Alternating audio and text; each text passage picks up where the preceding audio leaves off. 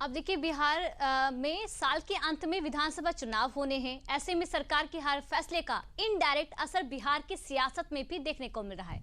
कुछ ऐसा ही फैसला जातीय जनगणना का राष्ट्रीय जनगणना में शामिल करने का, जिसे बिहार में विपक्ष से अपने संघर्षों का फल बता रही है। बिहार में पक्ष और विपक्ष दोनों ओर से इस फैसले पर सियासी खींचतानी जोरों पर है। देखिए हमारी खास रिपोर्ट। उठ बैठ किए आरक्षण को दबा दिए, यही लालू यादव हैं जो कांग्रेस के पल्लू में पले थे। एक बात समझना पड़ेगा, लगातार लालू जी संघर्ष करते रहे, सदन हो सड़क हो, हमेशा से इस बात को उठाते रहे हैं। जनगणना जो है वो केंद्रीय सूची में है, तो ये फैसला केंद्र से की सरकार को लेना था। 2000 ईस्वी से मैं कह रहा हूँ शरद जी, तमाम लोग कह रहे थे, आज उसकी परिणति हुई।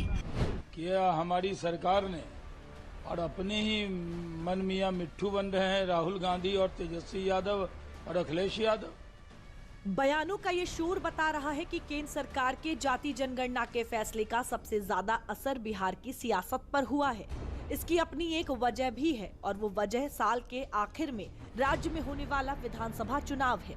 बिहार विधानसभा चुनाव से पहले जातीय जनगणना के फैसले को मोदी सरकार का सबसे बड़ा दांव बताया जा रहा है, तो विपक्ष अब उस दांव की काट ढूंढने में लग गया है।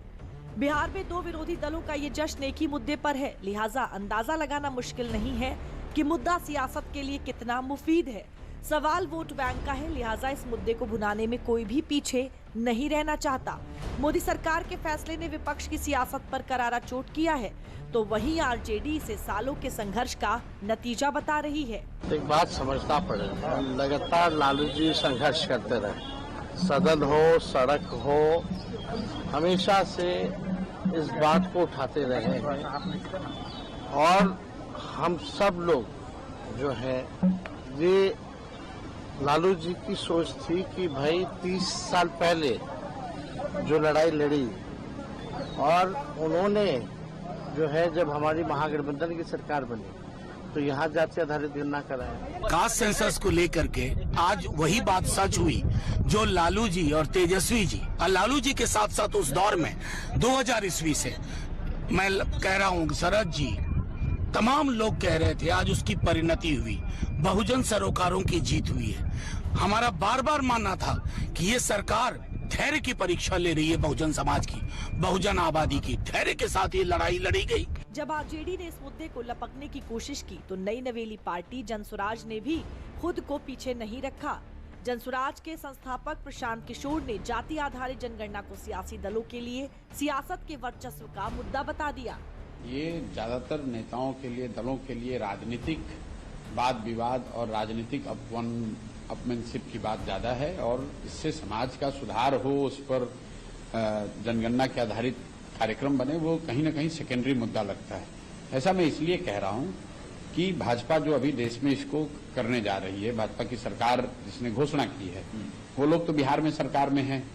2 साल पहले जातीय जनगणना यहाँ बिहार में कराया गया है, तो भाजपा के लोगों को ये बताना चाहिए कि जो बिहार में जनगणना हुई जाति आधारित, उस पर जो फाइंडिंग आए, उस पर यहाँ की सरकार ने क्या किया। जाति आधारित जनगणना पर बिहार की सियासत में भी क्रेडिट को लेकर होड़ मच गई। हालांकि बिहार में भी जाति आधारित जनगणना हुई थी तो बीजेपी विपक्ष में थी, लेकिन फिर भी बीजेपी ने जनगणना का विरोध नहीं किया था।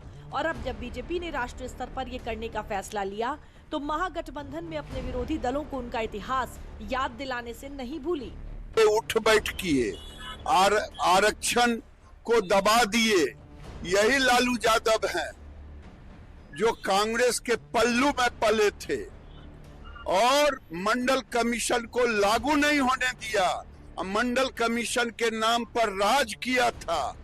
अरे धन्य नरेंद्र मोदी जो लालू यादव और कांग्रेस के वर्षों के पाप को धोने का काम किया। माल महाराज का मिर्जा खेले होली किया मोदी जी ने, कैबिनेट से अप्रूवल किया मोदी जी ने, किया हमारी सरकार ने, और अपने ही मन मियाँ मिट्ठू बन रहे हैं राहुल गांधी और तेजस्वी यादव और अखिलेश यादव। हम लोग तो जातिगत जनगणना हो इसको लेकर कभी भी हमारा विरोधाभास नहीं रहा। पहले से ही इस बात को सोचे हुए थी कि हम अगर अलग से जातीय जनगणना कराते हैं तो उसका एक बहुत बड़ा खर्च जो है सामने आता है। इसलिए ये पहले से प्लान था मोदी जी का कि जब हम सेंसस कराएंगे तो सेंसस के साथ जो गणना जातीय जनगणना होगा वो सटीक होगा और ऑफिशियल होगा। बिहार में बहुत पहले से ही राष्ट्रीय स्तर पर जाति आधारित जनगणना की मांग उठती रही है। सीएम नीतीश कुमार भी पहले से ही ये मांग करते आ रहे हैं और अब जब मोदी सरकार ने जाति जनगणना का मास्टर स्ट्रोक खेला है तो बिहार चुनावों में विपक्ष का मेन मुद्दा छिन गया। मोदी सरकार के इस फैसले से बिहार चुनाव पर क्या असर पड़ेगा वो भी जान लेते हैं। बिहार में बीजेपी की एक मजबूत हिंदुत्व वाली छवि बनी है। जाति जनगणना की घोषणा के पीछे एक बड़ा कारण ये भी है, बीजेपी बिहार में हिंदू वोटों को एकजुट करने की कड़ी मेहनत कर रही है। बिहार में ध्रुवीकरण की राजनीति पर हमेशा जाति आधारित राजनीति हावी रही है। राष्ट्रीय जाति जनगणना को हरी झंडी देने का फायदा बीजेपी को मिल सकता है। हालांकि बीजेपी इस फैसले को सियासी नजरिए से ना देखकर जनता के हित को आगे रख रही है। बिहार सरकार के लगभग सभी बड़े नेताओं ने इतिहास का हवाला देते हुए लालू यादव से तीखे सवाल भी दागे। और आज ये पूरे देश में लिया गया है जातीय जनगणना और ये इन लोगों के हाथ में जो राजनीति का तोता था वो उड़ गया, बौखला गए हैं, परेशान हैं। अब कई रूप बदल करके इनकी कई भाषा भी निकलेंगे, लेकिन राष्ट्र के हित में, उसके विकास के हित में, आने वाले भावी पीढ़ी के उत्थान के लिए प्रधानमंत्री ने निर्णय लिया है। जैसे लालू जी ने कहा कि हम तो 1995-96 में यूनाइटेड फ्रंट की सरकार ने इसको पारित किया था, तो 1995-96 में पारित हुआ तो आज तक लागू क्यों नहीं हुआ?